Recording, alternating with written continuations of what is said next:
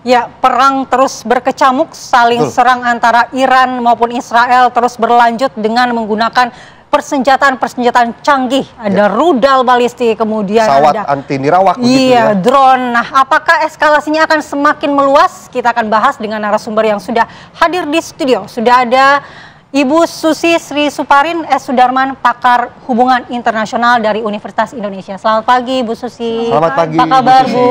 Baik, terima kasih diundang. Terima kasih sudah hadir. Kemudian ada Kang Irfan Maulana Amrullah, analis internasional TV One. Selamat pagi, Kang Irfan. Kang Irfan. Saya kalau dengar cerita Kang Irfan seperti didongeng begitu ya.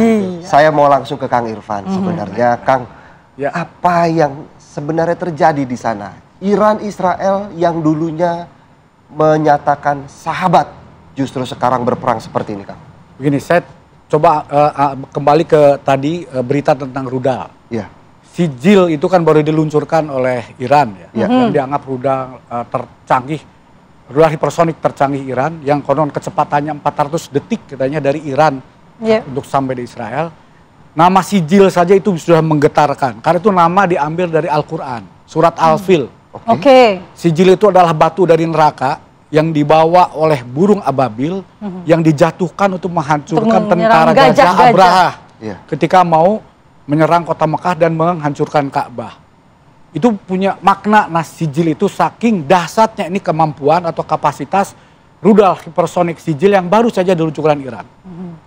Nah, kepemilikan Iran terhadap rudal balistik jarak jauh yang canggih ini jujur saja ini yang tidak terantisipasi oleh Israel. Betul. Kalau saya melihat bahwa secara quality Israel lebih unggul, tapi secara quantity Iran kadang lebih unggul. Nah, khusus yang soal rudal bisa jadi Iran yang lebih unggul.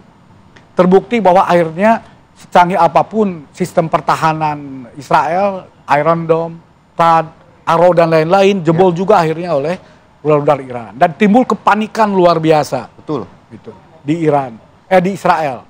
Dan sebetulnya dan ini kemudian membuat Netanyahu sampai akhirnya ngaku dengan jujur Netanyahu dalam pidatonya, kami kehilangan besar, kami rugi besar. Itamar Ben Gvir itu Menteri Keamanan Israel ketika diprotes warga, dia ngaku kami tidak menyangka Iran punya rudal sebanyak ini, nggak habis-habis. Padahal sebelumnya hasil analisis Mossad, kemampuan rudal Iran itu hanya bertahan beberapa hari saja. Akhirnya akan kehabisan. Ternyata setelah Fatah 3 muncul Sijil. Dan mungkin juga muncul yang lain. Ini akan terus, konstelasi ini eskalasi akan berkembang sampai tidak ada salah satu yang berhenti menyerang. Karena Iran sudah mengatakan kami akan berhenti kalau Israel berhenti. Sementara Israel Amerika minta Iran menyerah tanpa syarat.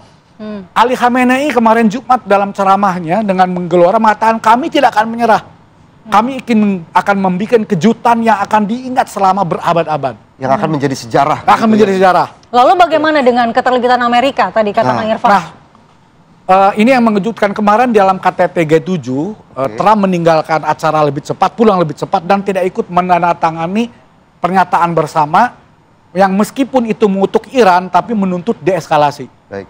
Trump datang, tiba-tiba muncul ancaman segala macam dan konon sudah menggalang tim dalam war room untuk kemungkinan melakukan aksi militer membantu Israel menyerang Iran. Tapi persoalannya tidak semudah itu. Kondisi di Amerika sendiri pro kontra luar biasa terjadi. Jajak pendapat minggu lalu, publik Amerika 60% menolak keterlibatan Amerika menyerang Iran. Di pihak lain, di kalangan internal pendukung Donald Trump sendiri, termasuk di kalangan Partai Republik juga terbelah. Sebagian kubu yang kubu America First atau Make America Great Again tidak setuju. Tapi ya pihak lain kubu sayap kanan pro Israel terus mendorong Trump untuk menyerang, termasuk senator Lindsey Graham tuh dari South Carolina. Tapi Ron Paul tidak setuju. Marjorie Taylor, Republikan, sangat loyalis Trump, menentang keras. Baik. Jadi sama Republikan, 24 anggota Kongres bipartisan mengajukan undang-undang untuk mencegah Trump melakukan perang tanpa persetujuan Kongres. Baik. Bernie Sanders dari Demokrat, senator bersama 8 senator lain juga melakukan yang sama. Yang jelas opini publik, America First, not Israel, itu muncul baliho-baliho. Baik. Jadi tekanan dalam negeri yang berikutnya, logistik. Kalau dulu ketika tahun 2003, Amerika dan Sekutu menyerang Irak, menjatuhkan Saddam Hussein, dapat dukungan dari kawasan. Negara-negara Arab, sekarang semua negara Arab, negara Islam, beri pihak Iran. Betul. Itu hari pertama ketika Muhammad bin Salman menelpon Presiden Iran, Masud Pezeshkian menyatakan Saudi Arabia dan dunia Islam berada di pihak Iran. Baik. Dari kacamata hubungan internasional, bagaimana Bu Susi melihat posisi Amerika seharusnya dengan opini publik seperti itu yang menolak keterlibatannya, bagaimana seharusnya sikap dari Amerika Serikat?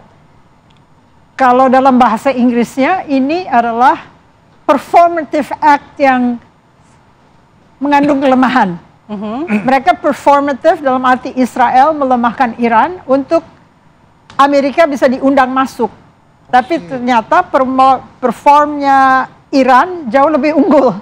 Inilah akibat dari satu negara yang selalu dirundung oleh tetangganya, sehingga mereka harus melakukan kerahasiaan dalam penyediaan pertahanan mereka. Jadi kan kita nggak tahu bahwa sijil ini exceptional gitu ya.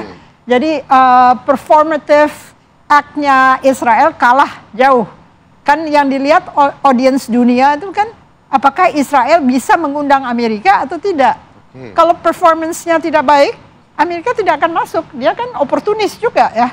Nggak mungkin dia melakukan tindakan berarti yang tidak serta-merta mendukung ya Bu ya? Betul. Karena sebetulnya insiden penyerangan pertama itu untuk melemahkan, ternyata lawannya punya performance yang lebih bagus. Jadi audiens dunia juga mungkin terheran-heran dan akhirnya Donald Trump juga ragu-ragu. Ya, saya sudah memutuskan tapi saya melihat lagi apakah Iran akan mengundurkan diri dan kalah dalam negosiasi dan mau menyerah kalah, atau kami akan masuk. Padahal itu semacam performance yang bersifat bullying ya, perundungan terhadap Iran agar mereka rada ragu-ragu apakah Amerika akan menggunakan bunker buster bombs. Tapi ada respon dari Eropa sendiri karena Diego Garcia dimiliki oleh Inggris dan tidak sudi menjadi tempat terbangnya pembom yang akan membom Iran dengan bunker buster. Jadi di sini kelihatan pertemuan di Geneva ini akan mendeeskalasi kurang lebih, karena E3 kan Inggris, Jerman dan Perancis itu akan bertemu dengan Menlu Iran. Jadi saya pikir mungkin ada upaya-upaya deeskalasi. Jadi kemungkinan kalau seluruh dunia sepakat mungkin akan mereda dengan cara-cara tertentu ya. Tapi apakah kemungkinan juga dalam waktu dekat meredanya perang ini atau seperti apa, Bu Susi? Ukraine lama ya. Ya betul. Kita pikir sebentar tapi lama. Ya tergantung kegigihan. Kalau saya lihat Indonesia berdiplomasi dengan baik, yaitu Rusia didekati, mungkin diplomasinya rahasia tapi sifatnya ayo dukung Iran gitu ya. Jadi kalau dukungan dari Cina dan Rusia tetap ada, mungkin Iran performance-nya jadi menegangkan gitu untuk kalangan-kalangan yang ingin mengundang Amerika. Ini masalahnya cuman kelihatan latar belakangnya itu baik atau tidak pelemahan Iran itu. Baru Amerika akan terjun. Kalau misalnya kelihatan mereka kuat ya tidak akan dia ikut campur gitu ya.